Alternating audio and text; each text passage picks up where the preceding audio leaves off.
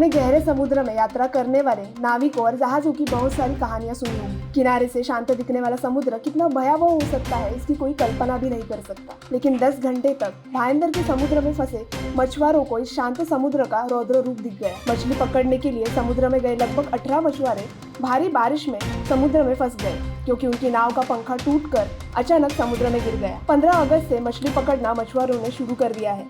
इसी तरह भाईंदर के मछुआरों ने भी मछली पकड़ना शुरू कर दिया।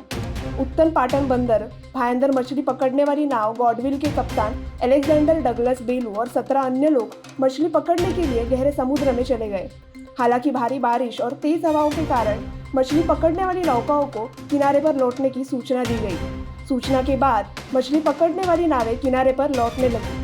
अलेक्जेंडर की नाव भी किनारे पर लौटने के लिए निकल रही थी, लेकिन जब नाव वापस लौट रही थी तो उनकी नाव का पंखा टूट गया और पानी में गिर गया। इसलिए नाव आगे नहीं बढ़ सकी और गहरे समुद्र में फंस गई। मछुआरों के नेता बर्नार्ड डिमेलो ने बताया कि समुद्र तट पर आ रही नाव समुद्र में फंस गई है और 18 लोग उसमें फंस गए हैं। ऐसी जानकारी रविवार सुबह करीब 7 बजे से वायरलेस के माध्यम से कोस्ट गार्ड, पुलिस, मत्स्य विभाग और मछली पकड़ने गए अन्य नाविकों को दी गई। मदर इंडिया नामक नाव भी समुद्र तट पर लौट रही थी। इसी समय नाव के चालक को समुद्र में फंसी नाव दिखी और नाव चालक ने साहस दिखाते हुए फंसी नाव को रस्सी से बांधकर किनारे तक लाने की मदद की। इस नाव चालक की बहादुरी से नाव में फंसे 18 लोगों की जान बच गई।